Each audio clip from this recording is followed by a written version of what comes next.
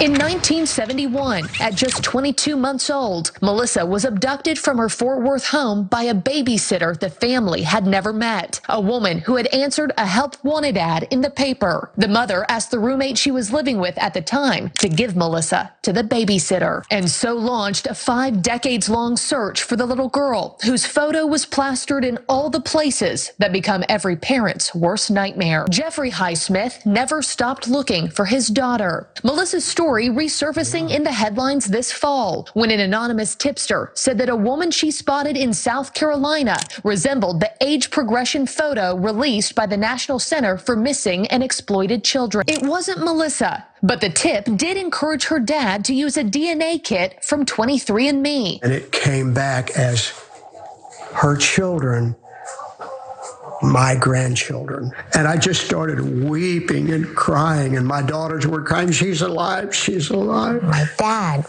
messages me on Messenger and says, my 2 daughters sent you a friend request. And I've been looking for my daughter for 51 years.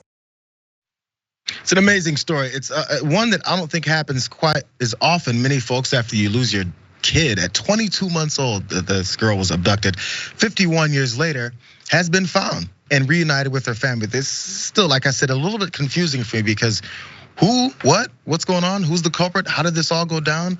Let's look at some more details of how this whole thing happened though, in the reunion. Melissa, who had gone on to be named Melanie by her abductor, had lived most of her life 10 minutes down the road from where she'd been taken. I could have probably seen my picture at the DPS and I wouldn't even took a second glance, you know. The family and law enforcement now figuring out how to move forward. For me, it's a lifelong dream come true. If I could ask God for anything else, I wouldn't need to. God's already given me everything I've ever wanted. They never gave up hope. You know, I didn't think anybody was there looking for me, but they never gave up hope.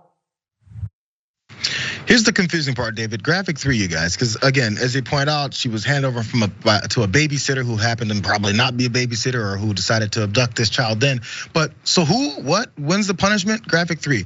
The criminal statute of limitations expired 20 years after Melissa's 18th birthday. But the department said it would continue to the investigation to uncover all the available information concerning Melissa's abduction that occurred 51 years ago. Again, they did a 23andMe test, DNA proved, and they went out and found her. There's so many aspects of it that came into place perfectly. But the last big aspect, who, what?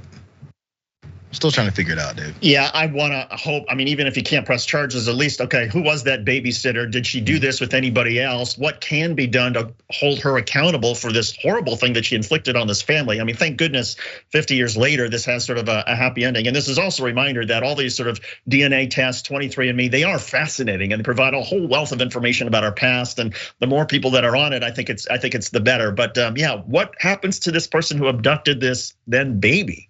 Does she just get to go about her life? I mean, look, this woman is about 51, 52 years old. What? 52, probably about 53 years old. And they asked her, so what about this woman who raised you? Who is that? No more contact with that person. There's something going on. We need more details. I feel like these details are already known.